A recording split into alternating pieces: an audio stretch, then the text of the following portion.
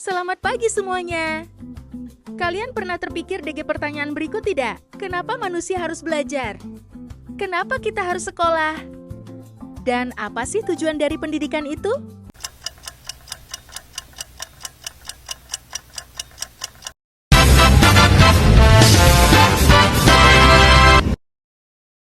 Assalamualaikum warahmatullahi wabarakatuh. Halo teman-teman, selamat datang di YouTube channel aku, EduVlog with Sonya. Nah, pada pertemuan pertama ini kita bakal perkenalan terlebih dahulu.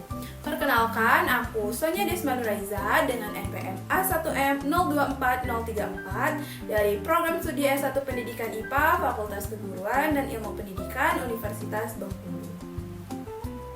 Teman-teman sudah mendapat pertanyaan kan di awal video tadi? Kira-kira teman-teman tahu tidak jawabannya? Nah, untuk membahas hal tersebut, yuk tonton video ini sampai akhir. Sebelum membahas filsafat pendidikan, kita perlu memahami terlebih dahulu apa yang dimaksud dengan filsafat. Secara sederhana, filsafat adalah kegiatan berpikir secara mendalam, kritis, sistematis, dan rasional untuk mencari serta memahami hakikat atau kebenaran mengenai sesuatu. Filsafat tidak hanya bertanya tentang apa, tetapi juga bertanya mengapa, bagaimana kita mengetahuinya, dan apa maknanya. Jadi, filsafat mendorong manusia untuk tidak menerima sesuatu begitu saja, tetapi berusaha memahami alasan dan dasar dari sesuatu tersebut. Dalam filsafat terdapat beberapa cabang atau bidang kajian yang penting. Pertama, ontologi. Ontologi membahas tentang hakikat keberadaan atau apa yang sebenarnya ada. Kedua, epistemologi. Epistemologi membahas tentang pengetahuan, bagaimana pengetahuan diperoleh, sumber pengetahuan, dan bagaimana kita mengetahui bahwa sesuatu dapat dianggap benar. Ketiga, aksiologi. Aksiologi membahas tentang nilai dan kegunaan, termasuk nilai moral, etika, dan bagaimana sesuatu digunakan dalam kehidupan. Dari pemahaman mengenai filsafat, kita masuk ke filsafat pendidikan. Filsafat pendidikan merupakan pemikiran yang mendalam, kritis, dan sistematis mengenai hakikat, tujuan, nilai, serta proses pendidikan. Dalam filsafat pendidikan, terdapat berbagai aliran pemikiran yang memiliki pandangan berbeda mengenai proses pendidikan, yaitu ada idealisme yang menekankan pentingnya ide, nilai, moral, dan perkembangan spiritual. Ada realisme, lebih menekankan kenyataan atau realitas yang dapat dipelajari dan dipahami. Ada pragmatisme yang melihat pendidikan sebagai proses yang berkaitan dengan pengalaman, pemecahan masalah dalam kehidupan nyata. Sedangkan eksistensialisme menekankan kebebasan, pilihan, tanggung jawab, dan perkembangan diri individu. Nah, perbedaan pandangan tersebut menunjukkan bahwa cara kita memahami manusia dalam kehidupan dapat mempengaruhi cara kita memandang pendidikan.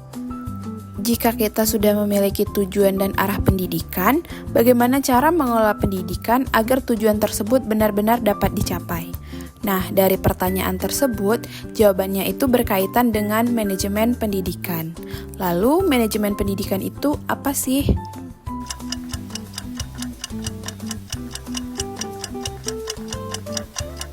Manajemen merupakan serangkaian kegiatan yang dilakukan untuk mengelola sumber daya secara efektif dan efisien sehingga tujuan yang telah ditetapkan dapat tercapai dengan baik. Selanjutnya yaitu manajemen pendidikan. Manajemen pendidikan merupakan proses mengatur, mengelola, dan memanfaatkan berbagai sumber daya pendidikan untuk mencapai tujuan pendidikan secara efektif dan efisien. Yang dikelola bukan hanya peserta didik, tetapi juga terdapat guru, tenaga kependidikan, kurikulum, sarana prasarana, anggaran, waktu, serta berbagai kegiatan pendidikan.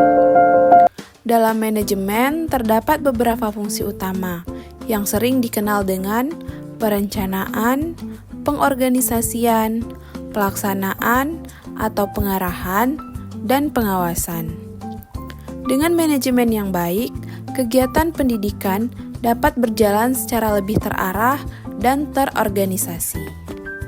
Jadi, dapat kita simpulkan bahwa filsafat merupakan proses berpikir secara mendalam untuk memahami hakikat dan kebenaran. Dalam pendidikan, filsafat menjadi landasan untuk menentukan arah, tujuan, dan nilai pendidikan.